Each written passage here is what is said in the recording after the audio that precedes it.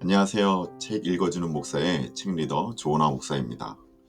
오늘은 지난주에 이어서 계속적으로 데이비드 플랫이 지은 레디컬이라는 책을 여러분에게 읽어드리고 있습니다.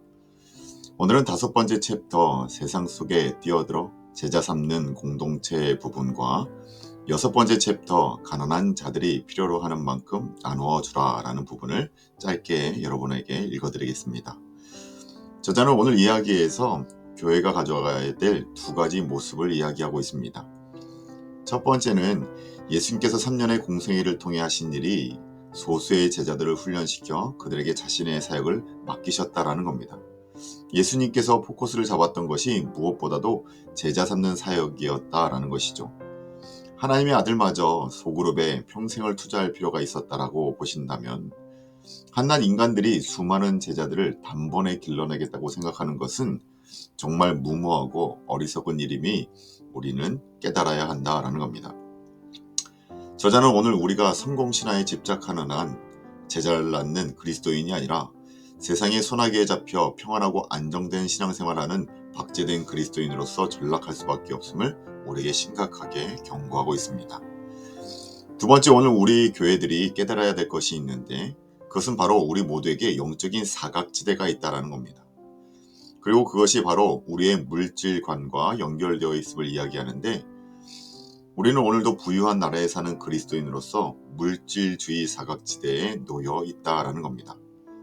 우리 안에 있는 물질주의와 벌이는 싸움은 말 그대로 전쟁처럼 보이는데 우리는 언제나 더 고급스러운 것을 소유하길 원하고 더 많은 물건들을 사들이고 더 편안하게 살고 싶은 유혹에 맞서 끊임없이 전쟁을 벌이고 있다는 것이죠. 그러나 중요한 것은 주님은 물질을 내려놓으라 라고 말씀하실 때 우리들의 삶을 반드시 책임져 주신다라는 약속도 함께 주셨다라는 겁니다. 오늘 우리의 이 성공이라는 신화, 그 신앙에 빠져 신앙생활하고 있는 우리의 연약한 모습들, 이 모습 가운데 다시 한번 우리의 사역이 한 사람을 제자 삼는 사역의 방향을 잡고 또한 오늘 우리의 물질을 연약한 자들의 필요를 채우는 데 사용한다라면 하나님께서 우리 교회와 우리 하는 모든 일들을 책임지시리라 믿습니다. 이 믿음으로 오늘도 우리의 마음 가운데 하나님이 주시는 마음을 품고 기대하며 오늘의 책을 읽어드리도록 하겠습니다. 오늘 우리가 읽을 부분 첫 번째, 5번째 챕터 세상 속에 뛰어들어 제자 삼는 공동체. 폭염이 기승을 부리던 11월 어느 날 나는 친구 블렌과 나란히 앉아 뜨거운 차를 마시며 광활한 아프리카 대지를 바라보고 있었다. 어느 쪽으로 시선을 돌리든 20년에 걸친 내전으로 황폐해질 대로 황폐해진 땅에는 건물의 잔해들만 흉물스럽게 늘어서 있었다. 한때 수단에서 손꼽힐 만큼 번성하던 공동체는 어느새 사라져버렸고 시커멓고 그을린 자국과 서글픔만이 남아있었다. 블렌과 같은 신앙을 가진 형제 자매들은 무슬림 군사 정권의 손에 수천 수만 명씩 목숨을 잃었다. 그들은 세상 모든 그리스도인들의 형제 자매이기도 하다. 블렌은 어려서 부모를 잃고 수단의 참담한 현실 속에서 혼자 힘으로 성장했다. 하지만 그의 바짝 여인 검은 얼굴에는 그늘진 구석이라곤 찾아볼 수 없다. 그가 입을 열 때마다 한가득 미소가 번져 나가는 것을 보며 나는 가슴이 뭉클했다. 그는 아무것도 믿을 수 없는 상황에서 하나님이 자신의 삶에 역사하셔서 그리스도를 더욱 신뢰하게 하셨다는 이야기를 나누었다. 한참 대화에 열중하던 블렌은 문득 찻잔을 내려놓더니 말했다. 데이비드 목사님, 난 세상을 바꿔놓을 거예요. 흥미로운 이야기였다. 아프리카의 공벽한 한 구석, 그것도 가진 것이 맨 주먹뿐인 사내에게는 도무지 어울리지 않는 말이었다. 가까운 촌락들 너머에 나가본 적이 있기라도 한 건지 의심스러웠다. 얼핏 봐서는 자기 목의 삶조차 변화시키기 어려워 보이는 친구의 선언이 엉뚱하다 못해 황당했다. 그래, 어떻게 세상을 변화시킬 작정이요? 내가 물었다. 모든 민족을 제자로 삼을 거예요. 그가 대답했다. 온 세상 사람들을 제자로 삼아서 세상을 바꿀 생각이라고요? 다시 한번 그 환한 미소가 얼굴 위로 확 퍼졌다. 안 될 것 없잖아요. 그리고는 다시 찻잔을 집어들었다. 죽었다 깨어나도 그 말을 잊을 수가 없는 것 같다. 안 될 것 없잖아요. 그날 밤 짚을 얻은 토담집에 누워 밤새 뒤척였다. 블렌의 반문을 마음에서 지워낼 수 없었기 때문이다. 순수하고 때에 묻지 않는 열정에서 나온 말이었다. 그는 세상을 변화시킬 수 있다는 것에 대해 한 점 의구심이 없었고 그 방법에 대해서도 확신을 품고 있었다. 제자를 삼으라는 예수님의 명령에 순종하면 세상을 바꿀 수 있다고 굳게 믿었던 것이다. 예수님은 그리스도인들이 저마다 자신의 삶 가운데서 블렌이 세웠던 것 같은 똑같은 전략을 수립해서 실천하기를 원하신다. 이것이 제5장에서 전하려는 메시지의 핵심이다. 예수님은 우리가 사는 곳이나 능력, 교육 정도, 연봉 따위와 상관없이 그리스도인 하나하나를 향해 제자를 삼으라고 명령하셨다. 그리고 그것이 곧 세상을 바꾸는 방법이기도 하다. 예수님은 이웃의 유익과 하나님의 영광을 추구하는 일을 통해 모든 민족에게 복음을 전하는 이 단순한 길을 함께 걷자고 지속적으로 부르고 계신다. 예수님의 위대한 전략. 십자가를 지러 갈 준비를 하시는 예수님의 모습을 살펴보자. 주님은 세상에서 행하신 일들을 정리하는 기도를 드리셨는데 그 첫 마디는 아버지께서 내게 하라고 주신 일을 내가 이루어 아버지를 이 세상에서 영화롭게 하셨사오니 라는 고백이었다. 그리고 나서 여러 사역들을 열거하셨다. 놀랍게도 주님은 공생애를 요약하면서 그동안 전하셨던 위대한 설교들이나 메시지들을 들으러 모여들었던 군중 이야기는 아예 꺼내지도 않으셨다. 눈먼이를 보게 하고 저는 이를 걷게 하고 오병이어로 수천 명을 먹이는 등 친히 행하셨던 엄청난 기적들에 관해서도 탐구하셨다. 심지어 이미 죽은 이를 되살려냈던 일도 전혀 언급하지 않으셨다. 대신 하나님이 세상에서 허락하신 작은 무리들에 대해서만 거듭 말씀하셨다. 예수님은 제자들을 위해 공생애를 사셨다 해도 지나치지 않는다. 이 땅에 계시는 동안 다른 이들에게 쏟았던 시간들을 다 합쳐도 12 제자들에게 하려 하신 분량에 미치지 못할 것이다. 생각할수록 놀라운 대목이다. 공생애를 끝내기에 앞서 하나님의 독생자는 모든 일을 그 12에게 위임하셨다. 그나마도 하나를 잃어버리고 겨우 11명만 남았다. 예수님이 시작하신 그 엄청난 사역을 그토록 적은 인원에게 모두 맡기신 것이다. 다락방에서 기도하신 이후에 예수님은 십자가에서 돌아가셨다. 그리고 무덤에서 일어나 다시 제자들에게 나타나셨다. 마태복음 28장은 그들과 함께 보내신 마지막 순간의 정황을 기록하고 있다. 11명의 제자들이 둘러앉은 가운데 예수님이 말씀하셨다. 하늘과 땅의 모든 권세를 내게 주셨으니 그러므로 너희는 가서 모든 민족을 제자로 삼아 아버지와 아들과 성령의 이름으로 세례를 베풀고 내가 너희에게 분부한 모든 것을 가르쳐 지키게 하라. 볼지어다 내가 세상 끝날까지 너희와 항상 함께 있으리라. 예수님은 공생애의 대부분을 11 제자들에게 쏟아부으신 뒤에 자 이제 가서 다른 이들에게 똑같이 해 주어라 고 말씀하신 것이다. 제자 삼기, 그것이 그리스도의 대전략이었다. 그리스도인이라면 누구나 모두 다 그리스도인이라면 누구나 할 수 있는 일이다. 제자를 삼는데 특별한 훈련이나 비범한 능력이 필요하지 않다. 그것은 유능한 목회자나 부흥사만 할 수 있는 일이 아니다. 탁월한 의사 전달력이나 혁신적인 사고가 있어야 하는 것도 아니다. 예수님이 모든 그리스도인들에게 제자를 삼으라고 하신 까닭이 여기에 있다. 현대 교회가 행사와 장소, 프로그램, 전문가 중심의 전략을 구사한 결과 언제부터인가 너나 없이 제자 삼는 사역을 남의 일로 생각하는 부작용이 나타나기 시작했다. 하지만 예수님이 보여주신 것처럼 세상을 바꾸는 하나님의 가장 좋은 도구는 사람이다. 여기서 사람이란 그리스도를 통해 철저하게 변화된 이들을 가리킨다. 주일 아침마다 평안한 자리에 앉아서 전문가들이 대표로 사역하는 모습을 구경만 하는 방관자가 아니라 전열을 가다듬고 다시 주중에 사역으로 나가는 그리스도인들이다. 예수님이 하셨던 일, 그리고 하라고 명령하신 바로 그 일에 어울리는 언제 어디서든 참여할 준비가 된 이들이다. 할리의 경우는 또 어떠한가? 한 아이의 엄마이자 교사인 그녀는 최근 한적하고 편안한 자리를 마다하고 도심지의 많은 문제학교로 부임했다. 할리는 단순히 학생들을 가르치는 데 그치지 않고 복음으로 학부모들까지 사로잡고 있다. 최근에는 엄마 혼자 벌어서 오남매를 키우고 있는 한 가정의 이야기를 들려주었다. 5살부터 15살까지 아이들이 모두 학교에 가고 나면 엄마는 부지런히 직장으로 달려가야 했다. 난방은 엄두도 못 내고 정 추우면 전기 난로를 잠깐 틀어놓는 것이 전부였다. 가구를 구입할 돈이 없어서 싱글베드 2개를 5 아이들이 나눠 쓰고 있다고 했다. 할리는 소그룹 식구들과 머리를 맞대어 그녀를 도울 방도를 찾았으며 침대와 다른 가재 도구들을 수소문해서 하나씩 둘씩 전달하는 중이다. 그리고 이 글을 쓰는 지금 할리는 남편 존과 함께 수단에서 교회 지도자들을 훈련시키고 있다. 이것이 해답이다. 그리스도의 전략은 훌륭한 프로그램을 만들고 유능한 전문가를 불러오는 것이 아니라 한 사람 한 사람을 세워 각자의 삶을 향한 하나님의 목적을 분명하게 인식하고 그들의 살아가는 그리스도인을 키워내는 데 있다. 자신들이 여러 나라, 여러 사람에게 하나님의 영광을 드러내도록 지음받은 존재라는 것을 실감하기 시작했다. 그렇다면 어떻게 그 사명을 감당할 것인가? 제자를 삼는 것이 그리스도의 전략이라면, 그리고 누구나 그 일을 할 수 있고 또한 그 능력을 이미 받았다면 이제 무엇을 어떻게 해야 하는가?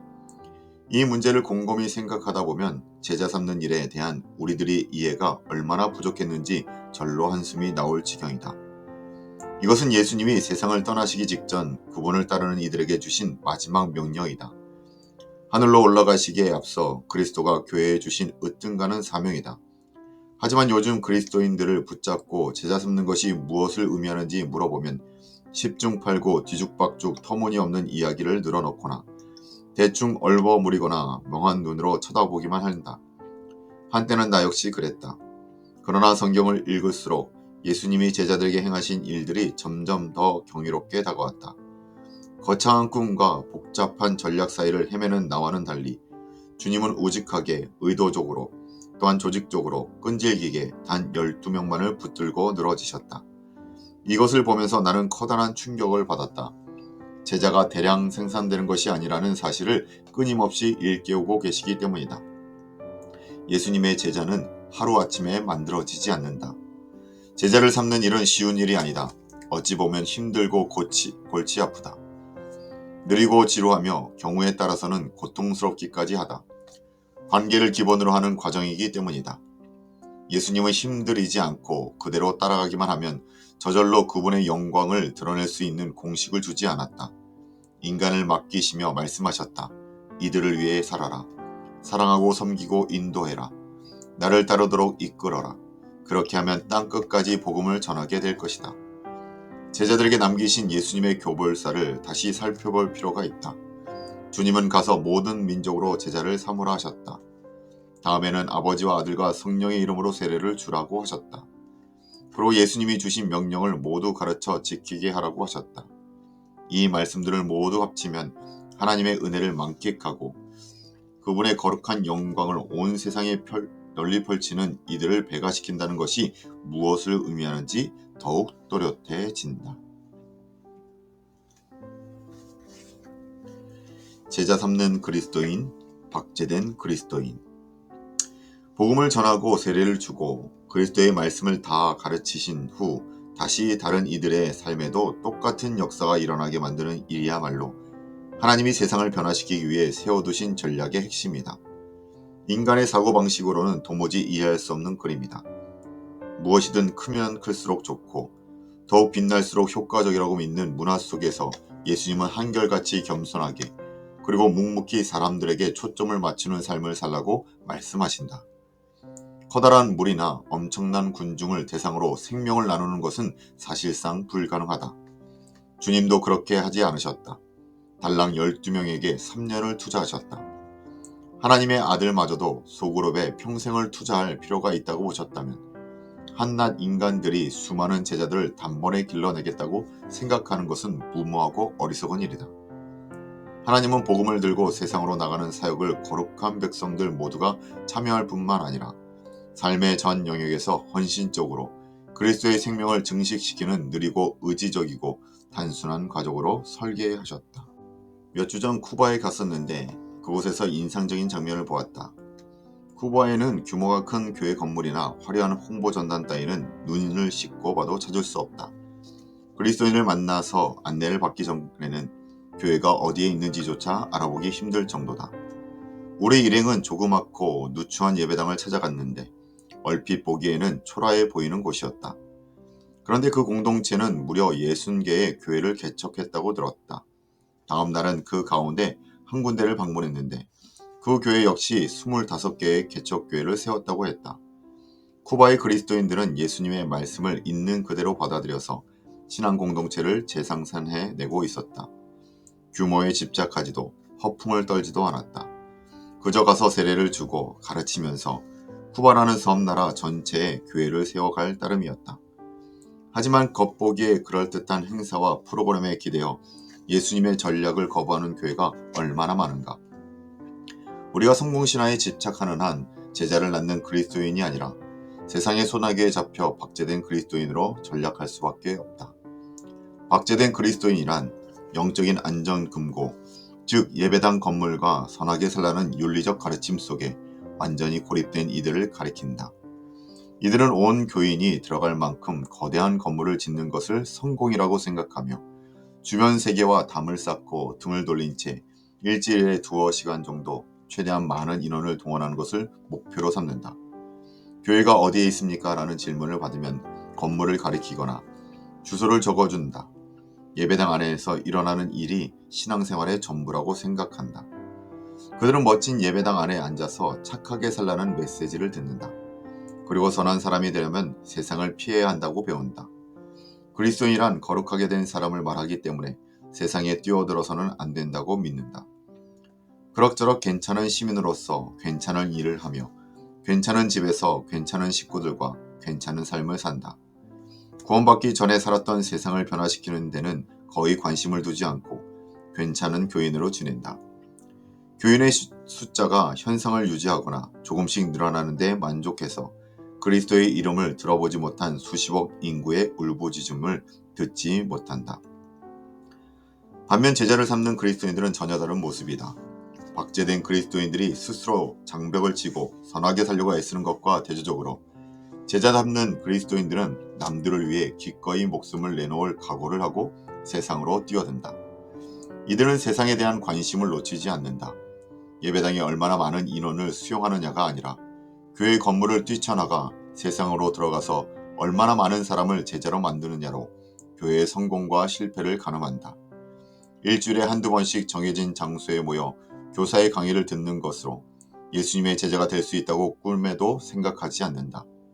제자 삼는 일은 남성들만의 모임이든 여성들끼리의 수다를 떠드는 자리이든 그리스도의 말씀을 가르치고 몸소 실천해 보여주며 함께 나가 복음의 목마른 세상을 섬기는 곳이라면 그 어디서나 시시때때로 이루어진다라고 믿는다. 거룩함을 판단하는 기준은 그 순간 무엇을 하고 있느냐 하는 것이다. 이제 우리는 문화적으로는 도저히 이해할 수 없고 가혹한 대가가 따른다 할지라도 예수님의 말씀을 있는 그대로 받아들이며 주님의 전략에 따르는 신앙 공동체의 구성원이 되었다. 성경 말씀을 토대로 생각해보라. 저마다 살아가는 일상 속에서 복음을 전하고 세례를 주고 가르치는 그리스도인의 공동체야말로 참다운 교회가 아니겠는가. 챕터 6. 가난한 자들이 필요로 하는 만큼 나누어 주라.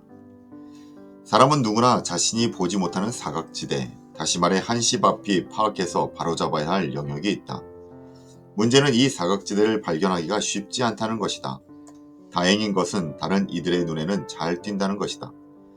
그러므로 이 부분을 정말 찾아낼 의지가 있다면 그들에게 부탁하는 것이 좋다. 하지만 정작 지적을 받는다 해도 좀처럼 인정하려 들지 않는 것이 현실이기도 하다.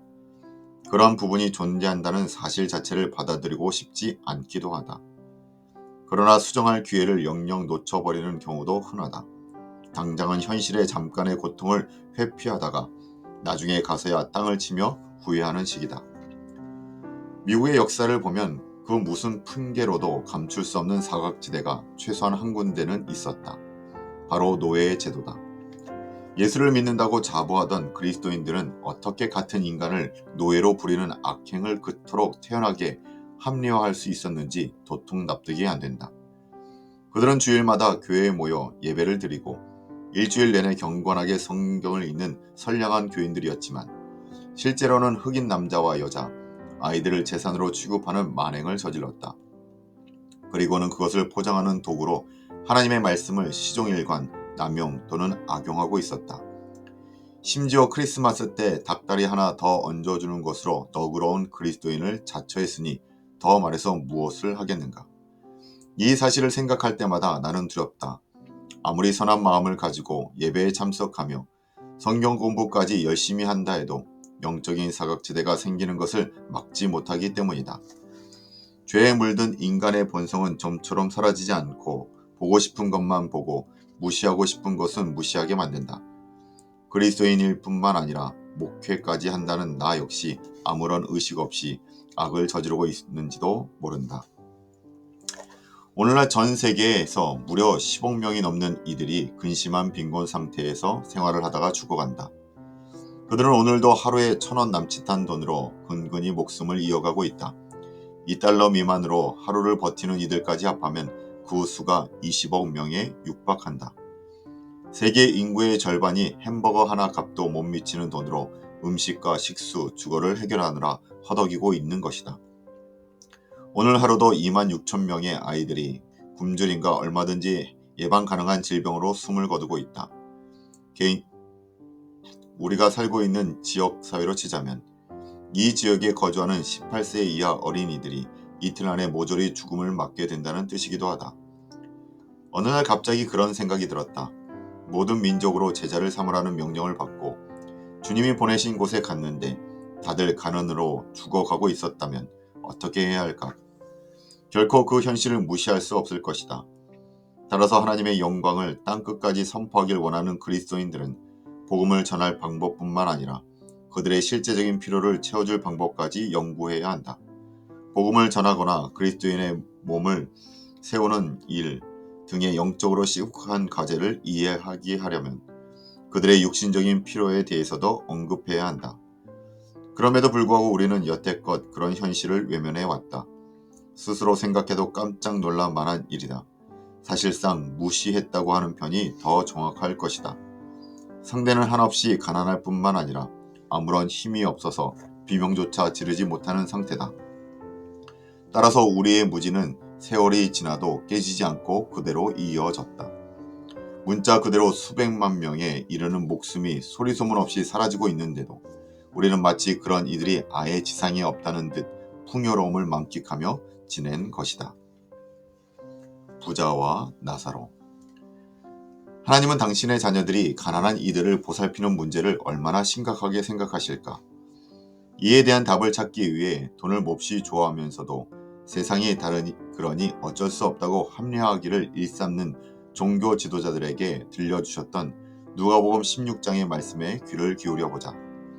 예수님은 자신이 호화롭게 살면서 가난한 이를 돌보지 않았던 한 부자의 이야기를 해주셨다. 부자의 집 앞에는 나사로라는 거지가 있었는데 그는 부스럼 투성이로 부자의 밥상에서 떨어지는 부스러기로 배를 채웠다.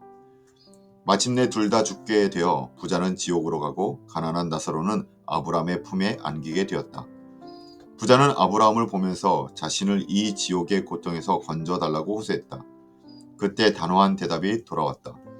아브라함이 이르되 예 너는 살았을 때 좋은 것을 받았고 나사로는 고난을 받았으니 이것을 기억하라. 이제 그는 여기서 위로를 받고 너는 괴로움을 받느니라. 그뿐 아니라 너희와 우리 사이에 큰 구렁텅이가 놓여 있어 여기서 너에게 건져 나고자 할 때 갈 수 없고 거기서 우리에게 건너올 수도 없게 하였느니라. 하나님이 가난한 이들에게 어떻게 반응하시는지를 가장 잘 보여주는 예화다. 가난한 남자의 이름은 하나님의 도움이라는 뜻의 나사로다. 그는 비록 병들고 급심한 빈곤에 시달렸지만 긍휼히 여기시는 하나님의 은혜를 입었다.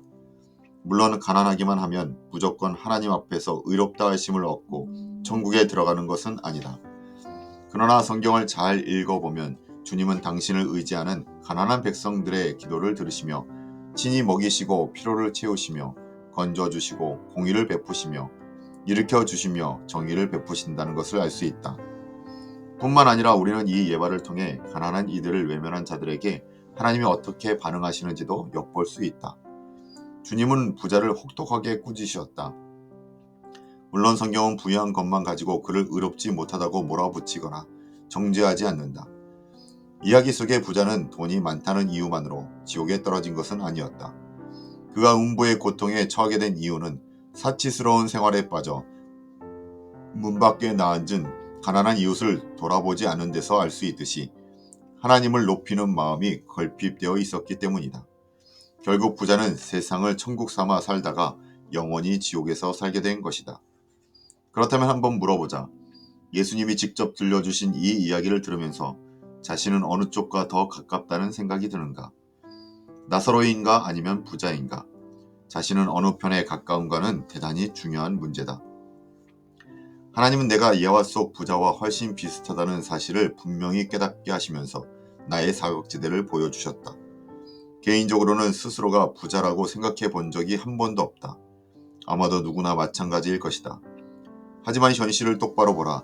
수도꼭지만 틀면 맑은 물이 콸콸 나오고 더위와 추위, 이슬을 막아줄 집이 있고 입을 옷이 있으며 먹을 음식과 타고 다닐 교통수단까지 있다면 세계를 통틀어 상위 15% 안에 드는 부유층이다. 나는 여기에 등장하는 부자와 아주 흡사하다. 내가 목회하고 있는 교회도 마찬가지다. 우리는 주일마다 수백만 달러가 투입된 건물에 모여 예배를 드린다. 주차장에도 수백만 달러어치의 자동차들이 줄지어 서 있다. 예배가 끝나면 수천 달러를 들여 마련한 점심을 먹고 수억 달러짜리 집으로 돌아간다.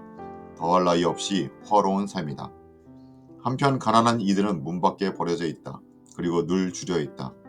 주일 아침 우리가 함께 모여 예배하는 동안에도 세계 곳곳에서는 1000명 가까운 아이들이 단지 먹지 못해서 죽어간다. 만약 우리 아이들이 그렇게 끈일을 거리고 있다면 분명 축도가 끝나기 전에 예배당을 뛰쳐나갔을 것이다.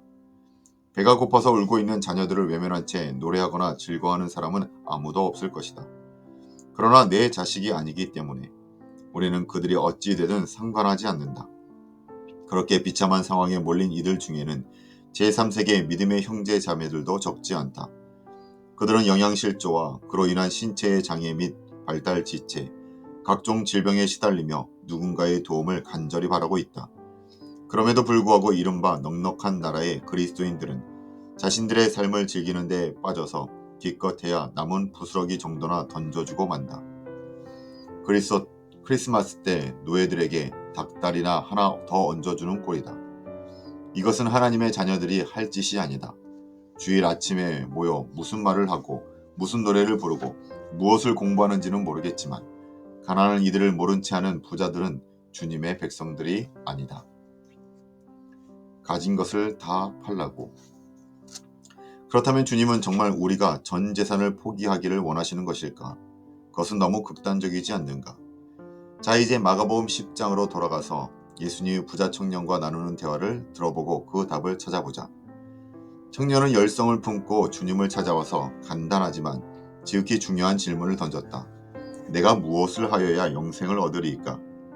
예수님은 이렇게 대답하셨다. 가서 내게 있는 것을 다 팔아 가난한 자들에게 주라. 그리하면 하늘에서 보화가 내게 있으리라. 그리고 와서 나를 따르라. 주님은 부자 청년이 가진 물질에 대한 집착을 분명하게 드러내셨다.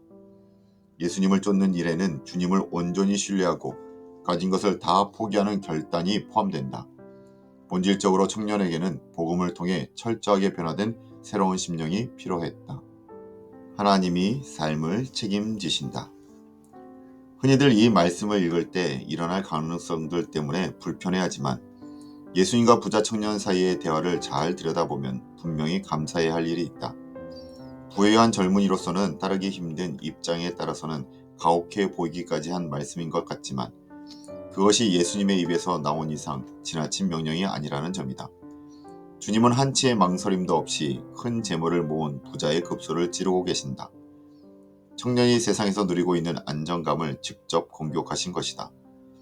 이런 식의 말씀은 오늘을 사는 그리스도인들에게도 무척 거북하다. 예수님은 재물을 포기하고 희생하고 팔고 거저 나누어 주라고 말씀하실 때 덥석 받아들일 수 있는 이가 과연 몇이나 되겠는가? 그러면 이제 어떻게 살지? 어디서 먹고 자지? 살다가 예상치 못한 어려움을 만나면 어떻게 하지? 예수님께 모든 재산권을 맡긴다는 것을 생각만 해도 우리의 안정감이 마구 흔들리기 시작한다. 하지만 이 대화 가운데 가장 빛나는 대목이 21절에 등장한다. 예수께서 그를 보시고 사랑하사 이르시되, 이 얼마나 멋진 구절인가. 예수님은 부자 청년이 미워서 혹은 그를 비참한 지경에 몰아넣으려고 그런 말씀을 하신 것이 아니었다. 오히려 그를 너무도 사랑하셔서 모든 재산을 나누어 주라고 하신 것이었다. 예수님은 가난한 자든 부유한 자든 하나같이 사랑하셔서 진리를 가르쳐 주신다. 누가복음 12장은 여기에서 다룬 사랑이라는 주제를 고스란히 되풀이한다. 제자들에게 너희 소유를 팔아서 자선을 베풀어라 라고 하시기 직전에 하신 말씀을 면밀히 살펴보라. 두려워하지 말라. 적은 무리여, 너희 아버지께서 그의 나라를 너희에게 주시기를 기뻐하신다. 이 짧은 구절이 빚어내는 이미지는 다채로우면서도 숨막히게 감동적이다. 우리가 하나님 안에 머무는 순간 우리에게는 적은 무리처럼 두려움에 사로잡히지 않도록 보호해줄 목자가 생기게 된다.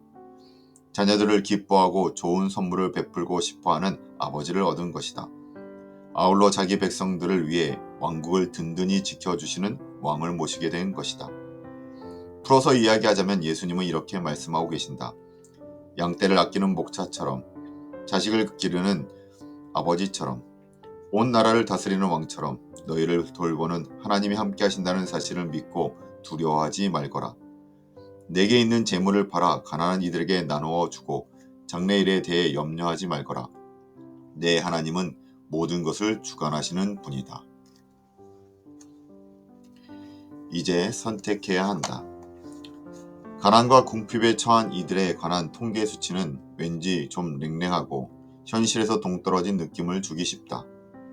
오늘 밤 우리가 푹신한 베개를 베고 깊은 잠에 빠져 있는 동안에도 수십억 인구가 빈곤의 늪에 빠져 있으며 2만 6천여 명의 어린 아이들은 굶주림과 질병으로 숨져가고 있다는 사실을 떠올리는 것은 괴로운 일이다. 첫째 아들의 입양 절차를 밟고 있을 당시 아내와 나의 상황이 딱 그러했다. 버려지는 아이들이 얼마나 많은지에 대한 통계를 보면서 우리는 말할 수 없는 충격을 받았다. 아프리카 지역만 해도 수백만 명의 고아가 있었다. 사하라 사막 남쪽 전역에 걸쳐 급격히 퍼지고 있는 에이즈 탓에 그 수치는 가파르게 증가하고 있다. 아시아 역시 수백만에 이르는 고아들이 있었다. 입양이 이루어지지 않을 경우 그들은 범죄나 성매매의 늪에 빠져 생을 마감할 가능성이 컸다. 유럽과 라틴 아메리카 그리고 미국에도 수많은 고아들이 있었다. 어마어마한 수치였다. 아들을 얻으러 카자흐스탄에 다녀오기 전까지는 그저 숫자에 불과했음을 솔직히 인정할 수밖에 없었다. 관심을 갖지 않았다는 말이 아니다. 그랬으면 입양 절차를 밟았겠는가. 그러나 범용함 주택가에 살고 있는 우리에게 통계 수치는 일상생활과 상관없는 숫자에 불과했다. 그러나 카자흐스탄의 고아원을 돌아보면서 모든 것이 달라졌다. 밖에서 뛰노는 아이들을 지켜보다가 안으로 들어가 아이들이 있는 방들을 둘러보았는데 갑자기 책 속에 있던 수치들이 생생하게 살아서 우리 마음에 들어왔다. 침대에서 누워 자고 있는 아이들이 바로 우리의 아이들이라는 깨달음이 왔다. 통계 수치 속에 들어있던 아이들 하나하나가 바로 우리의 자식들이었다. 모든 숫자들이 한꺼번에 현실적으로 그리고 개인적으로 다가왔다. 이름을 모르면 그들의 존재감을 느끼기 어렵다. 얼굴을 보지 않으면 잊어버리고 살기 쉽다. 팔로 안아보기 전에는 마치 그런 아이들이 존재하지 않는 것처럼 생각하기 쉽다. 그러나 이름을 익히고 얼굴을 보고 안아보면 변화가 일어난다. 그러므로 주변에서 또는 세계 곳곳에서 간신히 목숨을 이어가는 이들의 실상을 보여주는 충격적인 수치를 듣고 보았다면 선택을 해야 한다.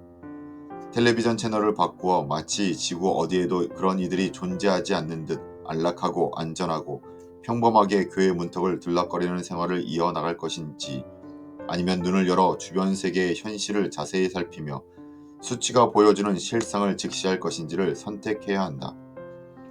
인도 델리의 슬럼에 살고 있는 수많은 아이들과 그 부모들이 생각난다.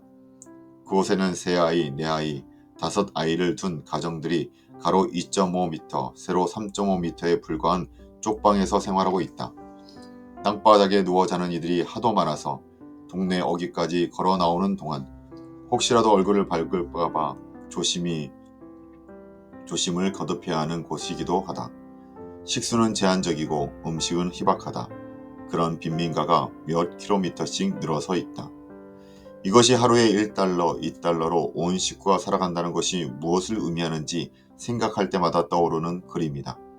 하루 26,000여 명이나 되는 아이들이 굶주림과 예방 가능한 질병으로 죽어간다는 사실을 되새길 때마다 기억되는 얼굴이기도 하다. 그들의 얼굴을 보면서 우리는 너나 없이 선택을 해야 한다.